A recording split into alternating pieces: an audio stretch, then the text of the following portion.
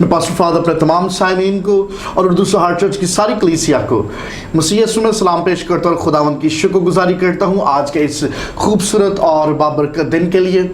خداوند نے ہمیں زندوں کی زمین پر قائم رکھا تاکہ ہم سب مل کر اپنے اس تعلیمی سلسلے کو جاری رکھ سکیں۔ خداوند کے نام کو ساری عزت، خداوند کے نام کو سارا جلال دیتے ہیں، آمین۔ عزیزو، جیسے کہ آپ سب جانتے ہیں کہ ہم نے مکاشفہ کی کتاب پر اپنے اس تعلیمی سلسلے کو جاری کیا، اور اپنے پچھلے لیکچر میں ہم نے مکاشفہ 7 باب اور پہلی 8 آیات کو اپنے سامنے رکھا۔ جیسے کہ اپنے پچھلے لیکچر میں بھی ہم ذکر کر چکے کہ 7ویں باب کے اندر 3 ایسے نقطے ہیں جو بڑی قابل غور ہیں، جن کے اوپر ہم ڈسکس کریں گے، جس میں سے 2 نقطوں پہ ہم نے پچھلے لیکچر میں ڈسکس کیا۔ وہ 3 نقطے کون سے ہیں؟ ہم ایک دفعہ پھر سے اس کو دہراتے چلیں۔ سب سے پہلا پوائنٹ تو 7ویں چیپٹر کے اندر ہم دیکھتے ہیں کہ 4 فرشتے ہیں جو زمین کے چاروں کونوں پر زمین کی چاروں ہواؤں کو تھامے ہوئے ہیں۔ انہیں اختیار دیا گیا تھا، لیکن ایک خاص مقصد، ایک خاص کام کی تکمیل کے لیے ایک 5واں فرشتہ آتا ہے جو بڑی بلند آواز سے پکار کر انہیں بڑی اتھارٹی کے ساتھ روک دیتا ہے، کیونکہ ابھی ایک خاص کام کا ہونا بڑا ضروری تھا۔ خدا ان کا کلام یہ بتاتا ہے کہ وہ 4 فرشتے جو کہ با اختیار تھے، جنہوں نے زمین کے چاروں کونوں سے مراد ایسا ہرگز نہیں کہ زمین مربع کی شکل کی ہے، بلکہ یہ 4 سمتوں کی طرف اشارہ کیا گیا، مشرق، مغرب، شمال اور جنوب۔ تو ان 4 ہواؤں کو ان 4 فرشتوں نے تھام رکھا۔ اور پھر ہم نے دیکھا دوسرے نقطے کی طرف جب ہم بڑھے تو ہم نے دیکھا کہ بنی اسرائیل کے بقیہ پر مہر کی گئی، اور کل تعداد جو تھی وہ 1,44,000 تھی۔ اور پھر جب ہم نے 5ویں آیت سے لے کر 8ویں آیت تک دیکھا تو ان قبیلوں کے نام ہم نے دیکھے کہ ہر قبیلے میں سے بنی اسرائیل کے 12 قبیلے، ہم نے اس فہرست کو دیکھا۔ لیکن قابل غور بات یہ تھی کہ مکاشفہ کی کتاب 7 باب کے اندر جو بنی اسرائیل کے 12 قبیلوں کی فہرست ہے وہ پرانے عہد نامہ میں درج فہرست سے تھوڑی مختلف ہے، کیونکہ 2 نام اس فہرست میں سے نکال دیے گئے اور اس کی جگہ 2 نئے نام اندر شامل کر دیے گئے۔ وہ 2 نام کون سے تھے؟ ایک دان کا قبیلہ اور ایک افرائیم کا قبیلہ۔ اور دان کے قبیلے کی جگہ ہم نے دیکھا کہ لاوی کا قبیلہ شامل کیا گیا، اور افرائیم کی جگہ یوسف کا نام رکھا گیا۔ اور اس طرح ہم نے دیکھا کہ مکاشفہ 7 باب میں 12 قبیلوں کی فہرست دی گئی، اور انہی 12 قبیلوں میں سے 1,44,000 پر مہر کی گئی۔ مطلب یہ وہ تھے جو مخصوص کیے گئے ایک خاص کام کے لیے، ایک خاص مقصد کے لیے۔ 1,44,000 کا عدد، بعض لوگوں کا جیسے کہ ماننا تھا کہ اس عدد کے کچھ معنی ہیں، یہ عدد کچھ کسی طرف اشارہ کرتے ہیں، لیکن حقیقت تو یہ ہے کہ یہ عدد کسی طرف بھی اشارہ نہیں کر رہے۔ یہ عدد واضح طور پر یہ بتا رہے ہیں کہ بنی اسرائیل کے 12 قبیلوں میں سے 1,44,000 افراد پر مہر کی گئی، مطلب ہر قبیلے میں سے 12,000۔ اور یہ وہ لوگ تھے جو اینڈ ٹائمز میں، آخر میں دنیا کے کونے کونے تک انجیل کی خوشخبری منادی کے لیے نکلیں گے، اور ان کو اختیارات دیے جائیں گے، قوت دی جائے گی، زور دیا جائے گا۔ ان کے وسیلہ سے خداوند کی قدرت، خداوند کا جلال ظاہر ہوگا۔ ہاللیلویہ۔ ہم اپنے اسی سلسلے کو جاری رکھیں گے، اور آج ہم دیکھیں گے مکاشفہ 7 باب اور اس کی 9ویں آیت سے لے کے باب کے آخر تک۔ ہم جب 9ویں آیت کی طرف بڑھتے ہیں، میں چاہوں گا کہ 9ویں اور 10ویں ان دونوں آیات کو ملا کے پڑھیے گا۔ 9ویں آیت میں ہم دیکھتے تو یہاں پہ لکھا ہوا کہ ان باتوں کے بعد جو میں نے نگاہ کی تو کیا دیکھتا ہوں کہ ہر ایک قوم اور قبیلے اور امت اور اہل زبان کی ایک ایسی بڑی بھیڑ جسے کوئی شمار نہیں کر سکتا، سفید جامے پہنے اور کھجور کی ڈالیاں اپنے ہاتھوں میں لیے ہوئے تخت اور برے کے آگے کھڑی ہے۔ 10ویں آیت، اور بڑی آواز سے چلا چلا کر کہتی ہے کہ نجات ہمارے خدا کی طرف سے ہے جو تخت پر بیٹھا ہے اور برے کی طرف سے۔ جب ہم 9ویں آیت کی طرف بڑھتے ہیں تو 9ویں آیت میں ایک بڑی بھیڑ کا ذکر کیا گیا ہے۔ یاد رکھیے گا کہ 7ویں باب کے اندر 2 طرح کی بھیڑ ہے۔ ایک بھیڑ وہ جس کا ذکر ہم اپنے پچھلے لیکچر میں کر چکے ہیں، یعنی 1,44,000 لوگ جن کے اوپر مہر کر دی گئی، جن کو مخصوص کر دیا گیا۔ اور دوسری بھیڑ وہ جس کا ذکر ہم 9ویں آیت میں پڑھتے ہیں۔ اور یہ جو بڑی بھیڑ ہے اس کے بارے میں لکھا گیا یہ تعداد میں بے شمار، they are countless۔ اور دوسری بات اس بھیڑ کے بارے میں یہ بتائی گئی ہے کہ یہ مختلف قوموں، مختلف قبیلوں اور مختلف زبانیں بولنے والے ہیں، مطلب یہ مختلف بیک گراؤنڈ سے تعلق رکھنے والے ہیں۔ ایک بھیڑ وہ تھی جس کا ایک ہی بیک گراؤنڈ ہے، جس کی ایک ہی زبان ہے اور جو ایک ہی قوم سے تعلق رکھتے ہیں، اور دوسری بھیڑ جس کا ذکر 9ویں آیت میں ہے، یہ وہ بھیڑ ہے جو مختلف قوموں، مختلف قبیلوں سے، مختلف بیک گراؤنڈ سے، مختلف ثقافت سے تعلق رکھنے والے اور مختلف زبانیں بولنے والے لوگ ہیں۔ مطلب یہ وہ لوگ ہوں گے جو اینڈ ٹائمز میں مخالف مسیح کے دور میں اس ایذا رسائی کے دور میں سے گزریں گے، اور مسیح یسوع پر ایمان لانے کے بعد اپنے ایمان پر قائم رہیں گے اور طرح طرح کی مشکلات کا سامنا کریں گے۔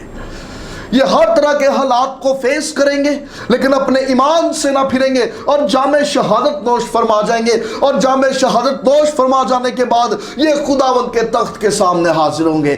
ہاللیلویہ۔ اس کا مطلب یہ کہ آخری وقت تک نجات کے دروازے کھلے رہیں گے۔ ہر وہ شخص جو مسیح یسوع کو اپنا نجات دہندہ تسلیم کر لے گا، ارے وہ نجات پا جائے گا، اس کی مخلصی ہو جائے گی، وہ بچ جائے گا۔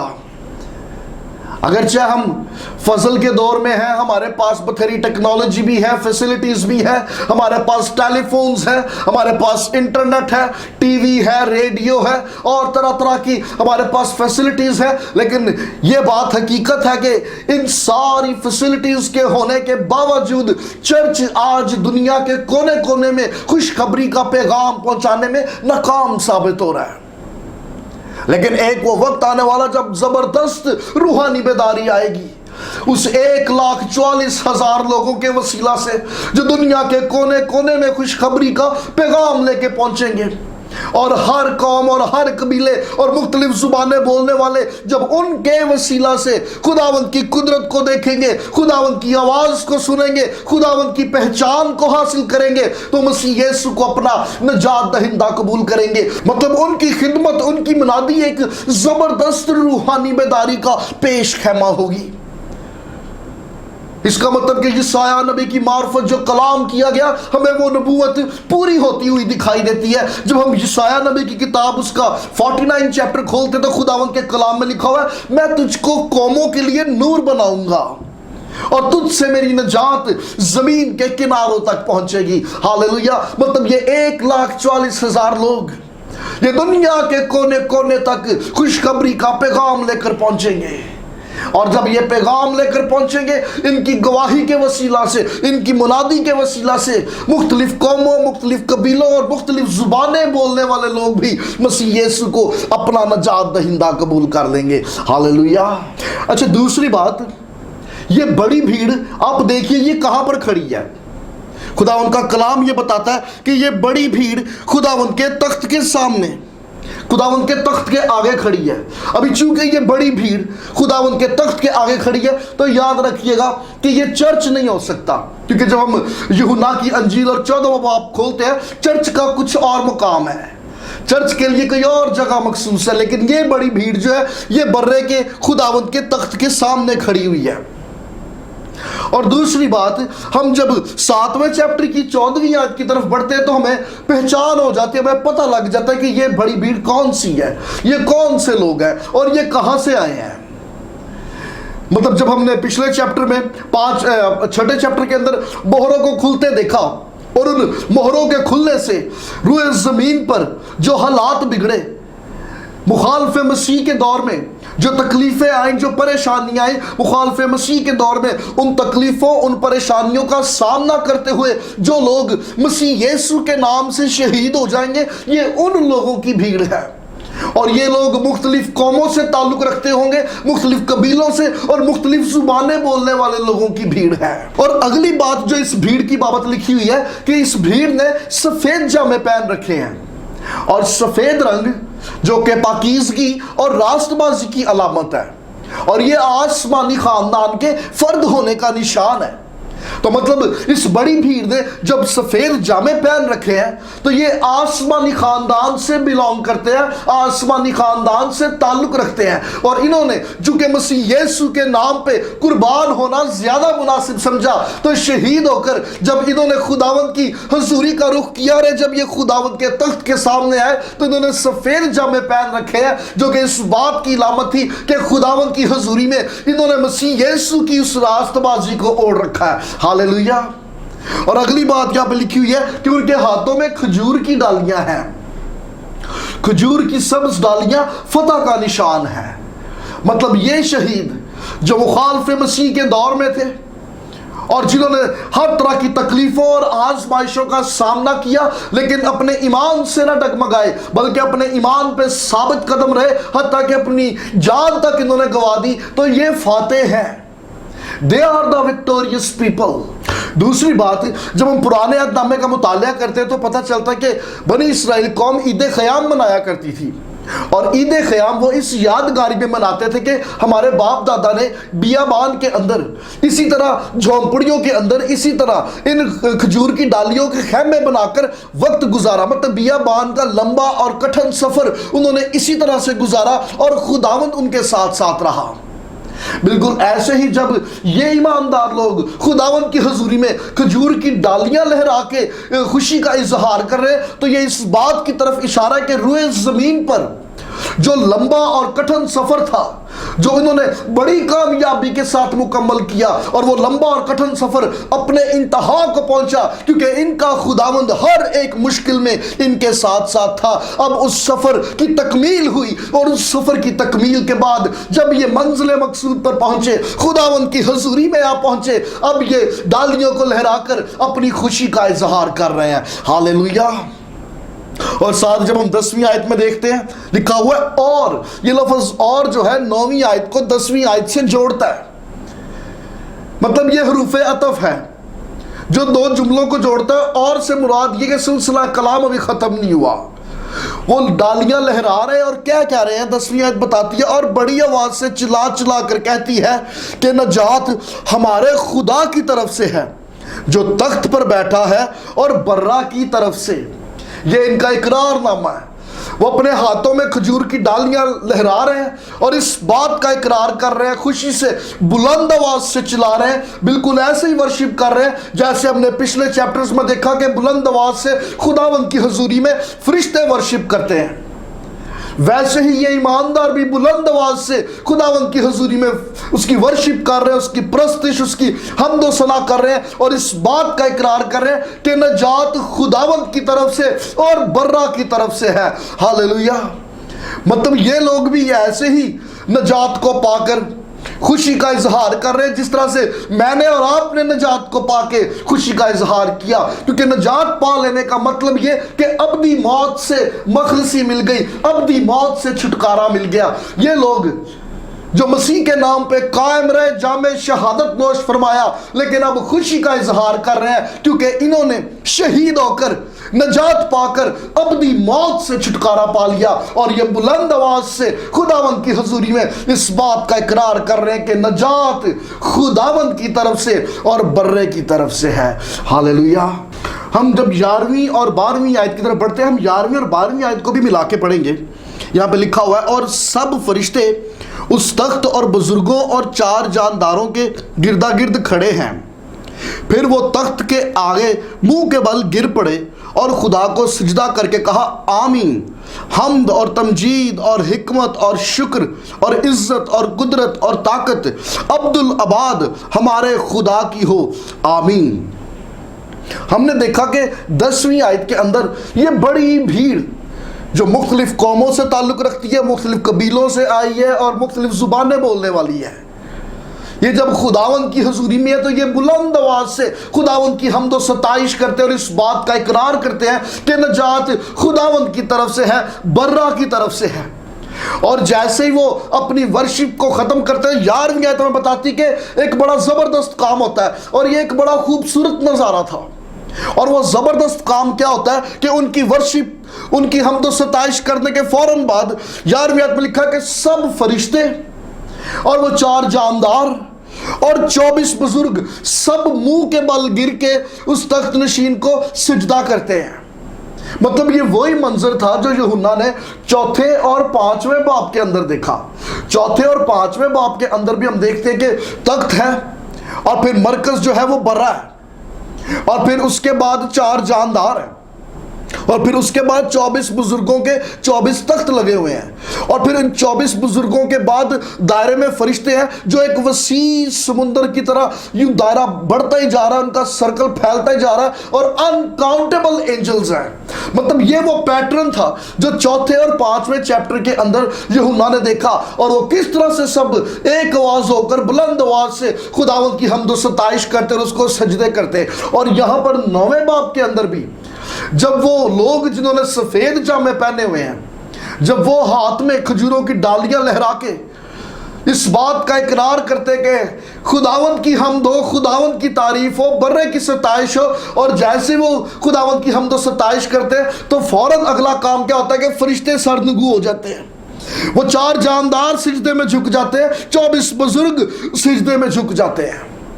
اس کا مطلب یہ کہ ایماندار جب جب خداوند کی حمد کرتے ہیں، فرشتے خداوند کی حضوری میں سجدے میں جھک جاتے ہیں، کیونکہ ایمانداروں کی پرستش سے، ایمانداروں کی حمد و ثنا سے فرشتے بھی تقویت پاتے ہیں، فرشتوں کے بھی نالج میں اضافہ ہوتا ہے۔ مطلب انہوں نے جھک کر آمین کہا۔ آمین کا مطلب یہ کہ یہ بڑا گروہ جو خداوند کی حمد و ستائش، حمد و ثنا کر رہا ہے، ہم سب اس سے متفق ہیں۔ اور آمین کہنے کے بعد انہوں نے پھر اسی جملے کو دہرایا جو انہوں نے 5ویں چیپٹر کے اندر دہرایا تھا، اور وہ جملہ یہ کہ حمد اور تمجید اور حکمت اور شکر، عزت اور قدرت اور طاقت عبد العباد ہمارے خدا کی ہو، آمین۔ مطلب یہی ٹیپیکل ورس، یہی ٹیپیکل حمد و ستائش کے جملے جو انہوں نے پہلے بھی دہرائے، یوحنا پھر اسی جملے کو دہراتے ہوئے سنتا ہے، اور اس کے بعد پھر انہوں نے ایک دفعہ پھر سے آمین کہا۔ اچھا، ایسا لگتا ہے کہ یوحنا نے یہاں پر کچھ ایڈیشنل انفارمیٹیو چیزیں جو ہے وہ دیکھی، وہ آبزرو کی۔ پہلے فرشتے خود خداوند کی حمد و ستائش کر رہے تھے، اب جب بڑی بھیڑ حمد و ستائش کر رہی ہے تو اب پھر وہ فرشتوں کو اور 4 جانداروں کو اور بزرگوں کو اسی طرح خداوند کے تخت کے سامنے جھکتے ہوئے دیکھتا ہے۔ مطلب یہاں پر یوحنا کے سیکھنے کے لیے ایک خاص لیسن تھا، اور وہ لیسن صرف یوحنا کے لیے نہیں بلکہ میرے لیے اور آپ کے لیے بھی ہے۔ مطلب آسمان پر آسمانی مخلوقات خدا تعالیٰ اور برے کی تعریف اور تمجید کے لیے کوئی چانس، کوئی موقع، not even a single moment وہ مس نہیں کرتے۔ میں اور آپ روئے زمین پر ہوتے ہوئے ہم بہت سارا وقت بے تکی باتوں اور طرح طرح کے عجیب کاموں میں ضائع کر دیتے ہیں، لیکن آسمانی مخلوقات پہ نگاہ کیجئے، وہ ایسے نہیں کرتی۔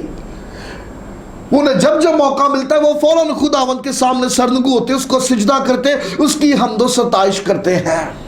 جب ہم 13ویں اور 14ویں آیت کی طرف بڑھتے ہیں تو 13ویں آیت کے اندر یوحنا سے ایک سوال پوچھا گیا۔ ایک بزرگ نے یوحنا سے یہ سوال پوچھا کہ یہ سفید جامے پہنے ہوئے یہ کون لوگ ہیں اور کہاں سے آئے ہیں؟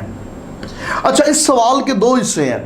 پہلی بات تو یہ کہ یہ کون لوگ ہیں، اور دوسری بات یہ کہاں سے آئے ہیں۔ اچھا، اس سوال کے پوچھے جانے کا مقصد یہ ہرگز نہیں کہ یوحنا کا یہاں پہ ٹیسٹ لیا جا رہا ہے، بلکہ اس سوال کے پوچھنے کا مقصد یہ ہے کہ یوحنا کی معلومات میں اضافہ کیا جائے۔ اگرچہ یہ بڑی بھیڑ یوحنا کے لیے اور اس بزرگ کے لیے، ان دونوں کے لیے نہیں ہے، کیونکہ اگر تو یہ بڑی بھیڑ ابتدائی کلیسیا کی ہوتی یا چرچ کی ہوتی تو یوحنا ضرور کسی نہ کسی کو پہچان لیتا، لیکن نہ تو اس بھیڑ میں سے یوحنا کسی کو پہچان پا رہا ہے، اور اس بزرگ کے لیے بھی یہ لوگ نئے ہیں۔ لیکن بزرگ یہ چاہ رہا ہے کہ یوحنا کو اس بھیڑ سے انٹروڈیوس کروایا جائے، متعارف کروایا جائے۔ اس بھیڑ کی بابت لکھا ہوا ہے کہ انہوں نے سفید جامے پہنے، جیسے کہ ہم نے پہلے بھی ذکر کیا کہ سفید جامے سے مراد پاکیزگی اور راست بازی ہے، چونکہ یہ وہ لوگ ہیں جو مسیح کے نام پر قائم رہے اور مسیح کے نام کی خاطر جنہوں نے جامِ شہادت نوش فرمایا، لہٰذا شہید ہو جانے کے بعد انہوں نے خداوند یسوع مسیح کی راست بازی کو پہن رکھا ہے۔ ہاللیلویہ۔ اور پھر 14ویں آیت میں وہی بزرگ یوحنا کو یہ بتاتا ہے کہ اصل میں یہ بھیڑ کون سی ہے۔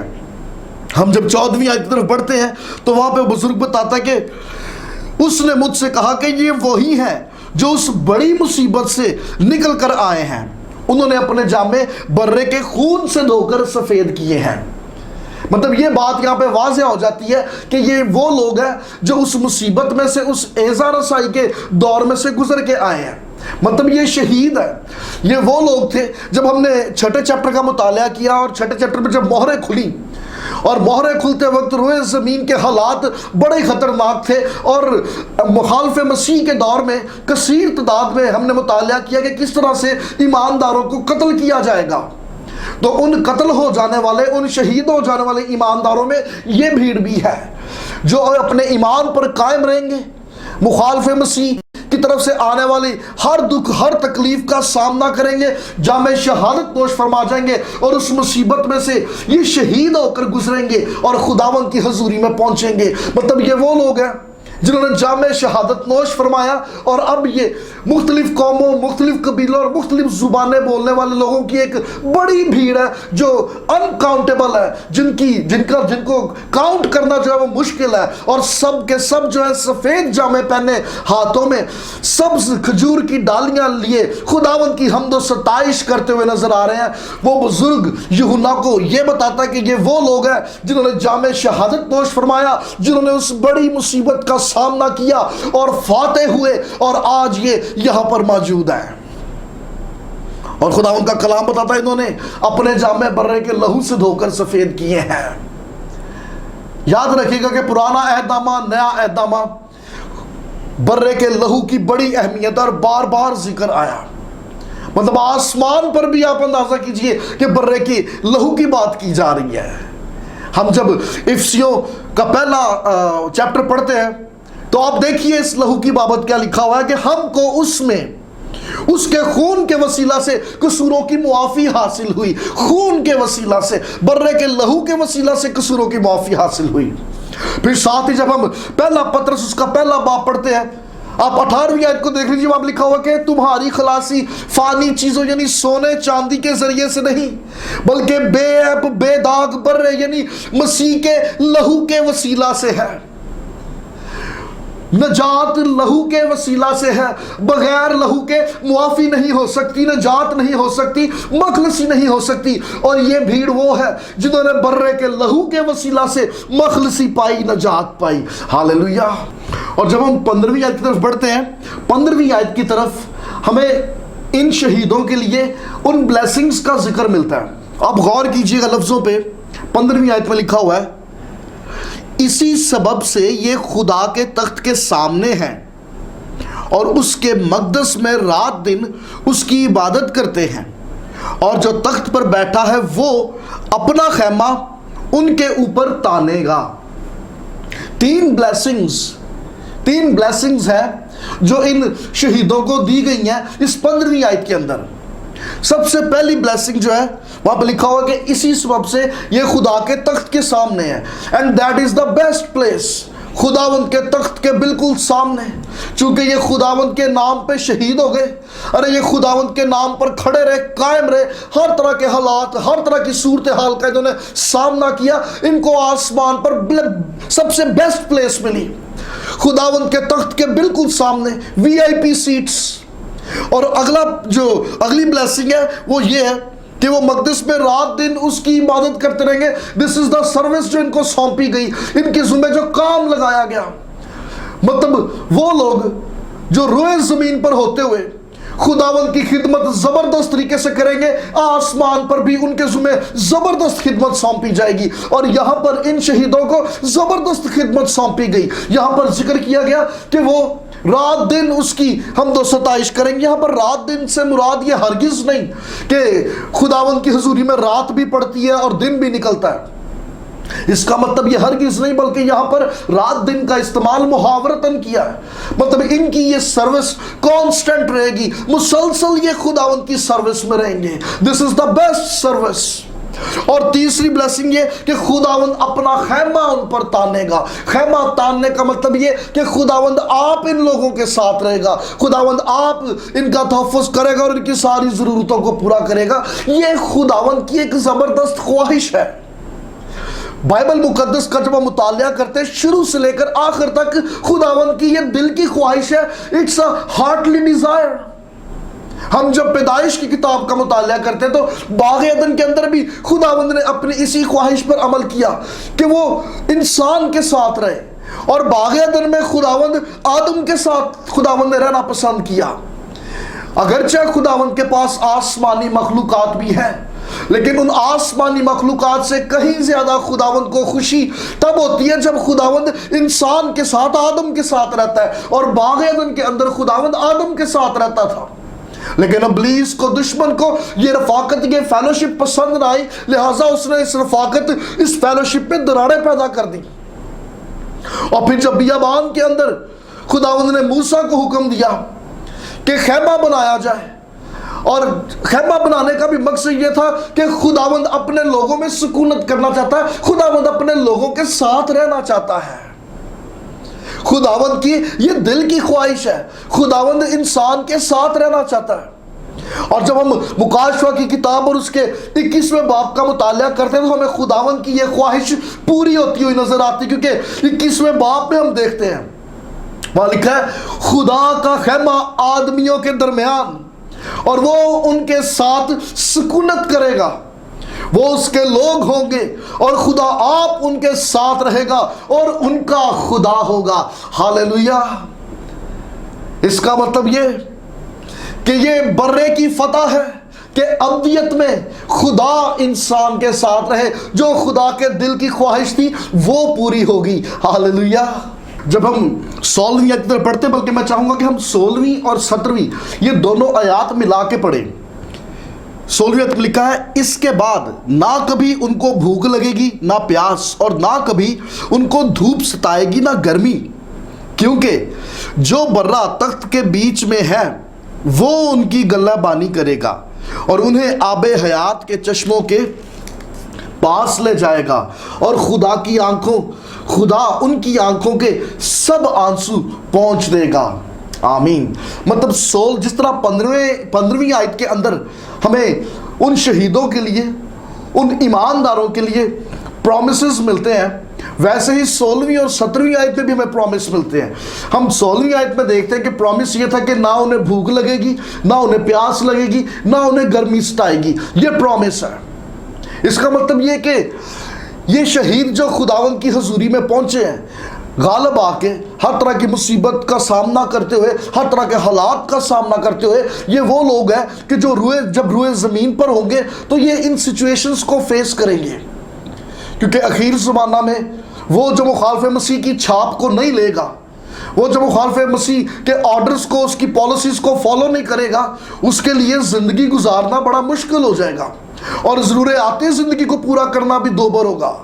تو مطلب یہ وہ لوگ ہوں گے جو شاید قدم قدم پر بھوک اور پیاس کا جو کہ بنیادی ضروریات کی چیزیں ہیں بھوک اور پیاس کا سامنا کریں گے. اور اس کے ساتھ ساتھ ہم نے چھٹے چیپٹر میں دیکھا کہ جب حالات بگڑیں گے تو موسم بھی کس قدر شدید ہوتے جائیں گے.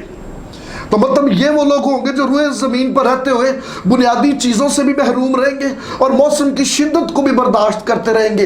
ان حالات کا سامنا کرنے کے باوجود یہ لوگ اپنے ایمان پر قائم رہیں گے اور جام شہادت نوش فرما جائیں گے. اور جب یہ خداوند کی حضوری میں پہنچیں گے تو ان کے لیے پرومس یہ ہے کہ روئے زمین پر جن حالات کا جس بھوک کا جس پیاس کا اور موسم کی جس شدت کا سامنا تم نے کیا ارے وہ تو وقتی تھا عارضی تھا لیکن اب خداوند کی حضوری میں جو سکون اور جو اطمینان تمہیں حاصل ہو رہا ہے یہ ابدی ہے. It's eternal. روئے زمین پر رہتے ہوئے خداوند یسوع مسیح کے نام پر قائم رہتے ہوئے اگرچہ بھوک کا سامنا کیا اگرچہ پیاسے مارے گئے اگرچہ گرمی کی شدت سے چمڑیاں بھی جھلس گئیں لیکن ان کے لیے پرومس یہ ہے کہ اب خداوند کی حضوری میں نہ تو انہیں بھوک کا احساس ہوگا نہ انہیں پیاس کا احساس ہوگا اور نہ انہیں کسی قسم کی گرمی کی شدت ستائے گی. دس از دا بیوٹیفل پرومس. ہاللیلویہ. ہم جب یوحنا کی انجیل اس کا 6 باب کا مطالعہ کرتے ہیں خداوند یسوع مسیح کے یہ الفاظ ہیں جو میرے پاس آتا ہے وہ ہرگز بھوکا نہ ہوگا جو مجھ پر ایمان لائے وہ ہرگز پیاسا نہ ہوگا. ہم ابھی تو شاید یہ نہ سمجھ پائیں کہ بھوک اور پیاس کے نہ ہونے کا وہ تجربہ کیسا ہوگا.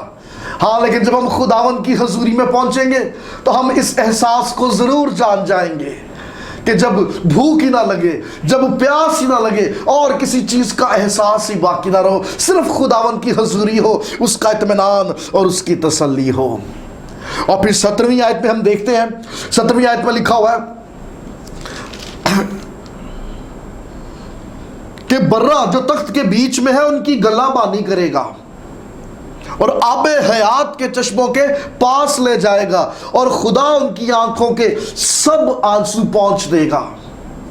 مطلب یہاں پر 17ویں آیت پہ ہم دیکھتے ہیں کہ یہاں پر وعدہ کہ برہ خداوند یسوع مسیح ہی از اے شیفرڈ، ارے وہ ان کا چرواہا ہوگا، وہ ان کی گلہ بانی کرے گا. مطلب روئے زمین پر بھی ان کا چرواہا یسوع ہے اور آسمان پر بھی ان کا چرواہا یسوع ہے. ہاللیلویہ. اور وہ ان کی گلہ بانی کرے گا، وہ ان کی رہنمائی کرے گا، وہ ان کو تحفظ فراہم کرے گا. کہ خداوند کا کلام یہ کہتا ہے کہ اچھا چرواہا میں ہوں. اچھا چرواہا اپنی بھیڑوں کے لیے اپنی جان دیتا ہے. ہاللیلویہ. ہم جب پہلا پطرس اور اس کا دوسرا باب پڑھتے ہیں، بڑی خوبصورت بات، پہلے تم بھیڑوں کی طرح بھٹکتے پھرتے تھے مگر اب اپنی روحوں کے نگہبان کے پاس پھر آ گئے ہو. That is Jesus Christ.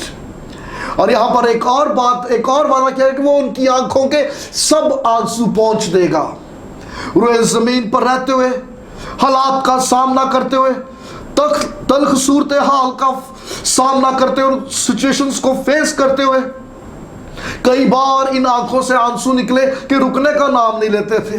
روئے زمین پر انہوں نے خود اپنی آنکھوں سے کئی بار آنسو پہنچے، لیکن جب یسوع ان کی آنکھوں سے آنسو پہنچے گا تو یہ لوگ تسلی پائیں گے، اطمینان پائیں گے. یہ بالکل ایسے ہی ہے کہ جیسے کوئی چھوٹا بچہ آنسوؤں کے ساتھ رو رہا ہوتا اور چپ نہیں کرتا، لیکن جب کوئی بڑا بزرگ گھر کا، کوئی فیملی کا کوئی بڑا، اس کا باپ یا اس کی ماں آگے بڑھ کر اس کو تھامتا ہے، اس کے آنسو پہنچتا ہے، اس کو گلے لگاتا ہے، تو بچہ تسلی پاتا ہے، خاموش ہو جاتا ہے، اطمینان میں آ جاتا ہے.